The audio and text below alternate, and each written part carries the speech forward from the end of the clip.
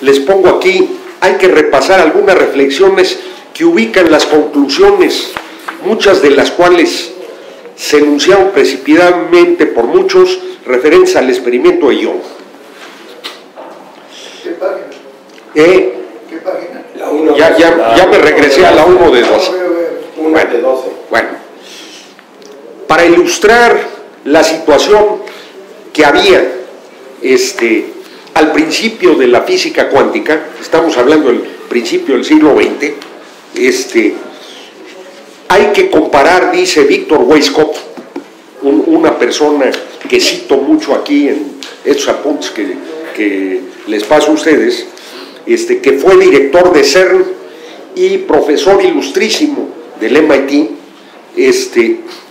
dice, hay que comparar lo que pasa y medimos en la física clásica, la de Newton, ¿verdad?, contra lo que se descubrió a lo largo de un espacio muy corto de 13 años a principios del siglo XX con la física cuántica. Dice, ¿qué pasa cuando comparamos dos sistemas con cuerpos en órbita? Primero, el sistema planetario. El sistema planetario, observamos el sistema planetario y vemos que las órbitas, la velocidad de los planetas y demás, se comportan como lo predice de manera muy clara la ley de la gravitación de Newton, en donde se multiplican las masas y se dividen entre el cuadrado de la distancia, ¿verdad? Pues resulta que el cuadrado de la distancia de los dos cuerpos, o sea, qué tan alejados están, qué tanto se atraen gravitacionalmente, ¿verdad? Es el producto de las masas entre el cuadrado de la distancia por un factor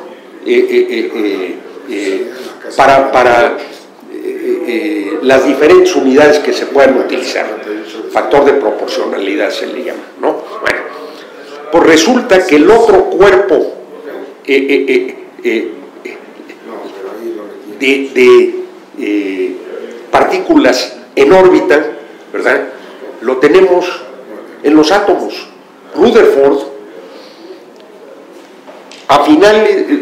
ya a principios del siglo XX, Rutherford, que muere en 1961, físico que gana, por supuesto, el premio Nobel, ¿verdad?,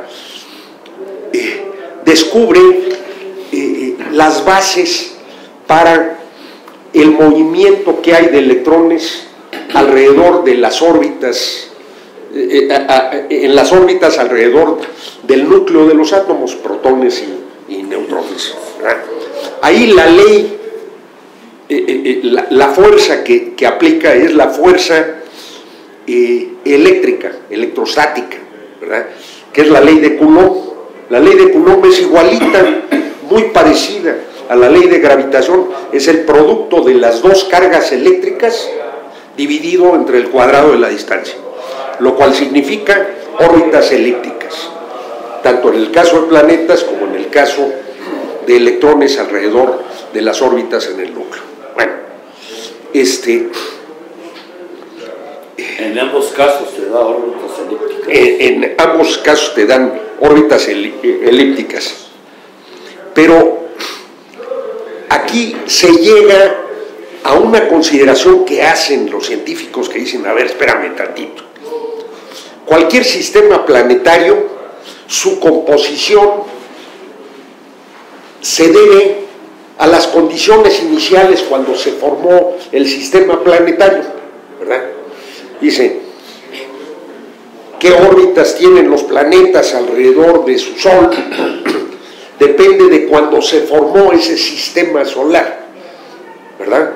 Cuando de repente las circunstancias hicieron que por gravedad se atrajeran y se formaran los dos sistemas, ¿no? Y las características de las órbitas y demás dependen de esas condiciones iniciales, las cuales se modifican a futuro cada vez que pasa un cuerpo masivo cerca que los atraiga de una manera diferente. ¿Por eso son diferentes las órbitas de todos los planetas? Por eso no puede haber dos sistemas planetarios idénticos en el universo, a pesar de que haya todos los que tú quieras, ¿verdad? Nunca va a haber dos, estoy hablando de idénticos, que sean igualitos, igualitos, igualitos. No hay. Oye, pero espérame tantito. En los átomos, en los materiales puros, resulta que sí son igualitos, ¿verdad? No solo son igualitos. Las órbitas que tiene, por ejemplo, cualquier átomo de oro, ¿verdad? Uno de los elementos, es idéntico aquí y en China, independiente de cuándo se haya formado en el tiempo ese átomo, esas partículas de oro, ¿verdad? Son idénticos. A ver, chingado, ¿qué está pasando aquí? ¿Por qué son igualitos? Y en lo muy grande que vemos, no. Pues resulta que la física clásica, la de Newton, cuando vemos lo muy chiquito, ya no explica lo que está pasando. Bueno, además de esta comparación de lo que pasa en el sistema de órbitas, en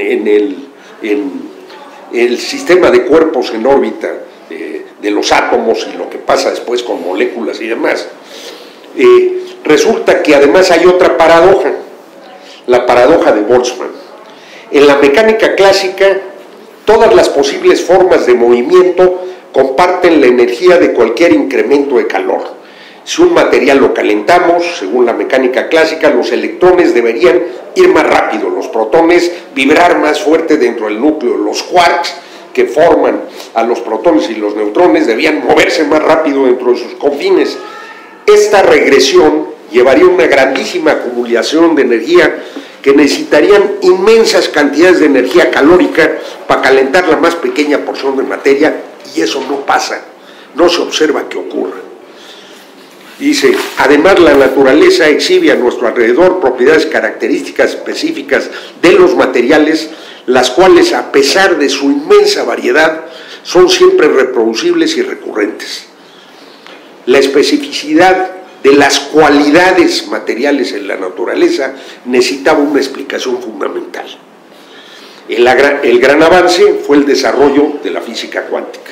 En un periodo de solo 13 años, Niels Bohr invitó a Copenhague, en un instituto que él fundó, a los grandes físicos de la época a que se metieran ahí a meterle coco, y llegaron a desarrollar la física cuántica, que explica el comportamiento que hay en la naturaleza, ¿verdad? Que vemos en los materiales y que no se había podido medir y explicar en lo muy grande, aunque como voy a explicar un poquito más adelante, también aplica todo las leyes de la mecánica cuántica.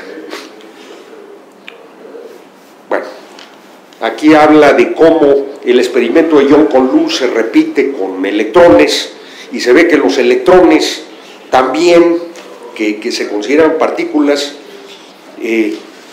se comportan como partículas en unas ocasiones y como ondas en otro, ¿verdad? Resulta que la manifestación más fundamental se da en los átomos mismos. En muchos aspectos, las órbitas de electrones muestran una asombrosa similitud a ondas vibratorias restringidas, o sea, se vuelven unas ondas vibratorias que en inglés se llaman standing waves, ¿verdad? Que tienen una sola configuración. Cada orbital de electrones que hay alrededor del núcleo, ¿verdad? Se comporta de la misma manera y solamente actúa en una concha de elipses alrededor del núcleo que tiene una característica, o sea, el primer orbital tiene 2 electrones y después los demás llegan a tener hasta 8, pero son orbitales más espaciados, más espaciados, más espaciados. Estas ondas vibratorias restringidas en los confines del átomo, que se llaman Stamping Waves, pueden asumir solo un número restringido de formas. Estas bien definidas formas tienen estructuras simples y simétricas, un hecho bien conocido en otros ejemplos de ondas fijas, por ejemplo, la cuerda de un violín, la vibración de la cuerda de un violín, del tubo de un órgano, ¿verdad? También son ondas vibratorias que solamente tienen una frecuencia, ¿verdad? Por eso podemos tocar melodías en un violín y en un órgano, etcétera, etcétera. Bueno, aquí encontramos características nuevas y esenciales que faltaban en el paradigma clásico, en el de Newton. Encontramos formas típicas, bien definidas, las de las vibraciones que asume la onda de electrones confinada por la fuerza de atracción del núcleo atómico. Estas son universales y dependen solamente de la simetría y fuerza del campo eléctrico que lo confina. La naturaleza de onda del electrón está ligada a la indivisibilidad, a lo completo del estado del átomo. Si forzamos metiéndole energía, una subdivisión en el átomo, y hacemos que rebote del orbital en el que está un electrón y se salga de allí, o se vaya a otro orbital más elevado, o se vaya a la chingada, ¿verdad? Metiendo energía, ¿verdad? El electrón cambió su forma original, pero hay otra característica que tienen también los materiales puros, los electrones. Cuando se quita, ¿cómo le llamaría? Se quita lo que está produciendo, la energía que produjo, que se fuera ese electrón a la chingada, ¿verdad? El electrón regresa al mismo lugar donde estaba antes. Ese es su lugar natural. Por eso los materiales puros tienen características recurrentes, específicas. El agua es agua aquí y en China, que es una combinación de oxígeno e hidrógeno, ¿verdad? Todos los pinches materiales se comportan de esta manera, ¿verdad? Cada electrón tiene una identidad propia. Dependiendo. Sí, ahorita voy a llegar. Ese electrón no podría estar en otra órbita o intercambiarse con otro. Si cambia, pero tendrías que cambiar también el núcleo, ¿verdad? Lo que los alquimistas buscaban, la transmutación, cosa que ocurre en las reacciones atómicas, en la fisión nuclear y demás, sí ocurre. Los materiales cambian de característica y se vuelven otros materiales, ¿no? Aquí cambian por la inyección de energía, que no tiene que llegar a energías tan grandes como energías atómicas, ¿verdad? Nada más brincando los electrones de un orbital al que sigue, o a la chingada, como decía, ¿ok?